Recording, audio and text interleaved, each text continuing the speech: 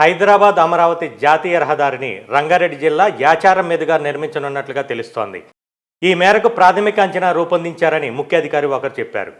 తెలంగాణ ప్రభుత్వం నిర్మిస్తున్న Bharat future city నుంచి అమరావతి మీదుగా బందర్ పోర్టు వరకు 12 వరుసల గ్రీన్ఫీల్డ్ రహదారి నిర్మాణానికి అనుమతి ఇవ్వాలని కేంద్ర మంత్రి నితిన్ గడ్కరీని సీఎం రేవంత్ రెడ్డి మంగళవారం కోరిన విషయం తెలిసిందే.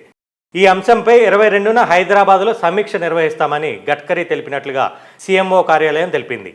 హైదరాబాద్ అమరావతి నిర్మాణం ఎక్కడి నుంచి చేపడితే ప్రయోజనం ఉంటుందనే అంశంపై ఉన్నత స్థాయిలో అధికారులు ప్రతిపాదనలు చేశారు.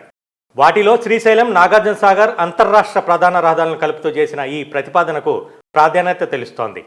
ఓఆర్ఆర్ రావిర్యాల నుంచి భారత్ ఫ్యూచర్ సిటీకి ఎప్పటికే గ్రీన్ఫీల్డ్ రహదారి నిర్మించడానికి ప్రభుత్వం సన్నాహాలు చేసిన విషయం తెలిసిందే.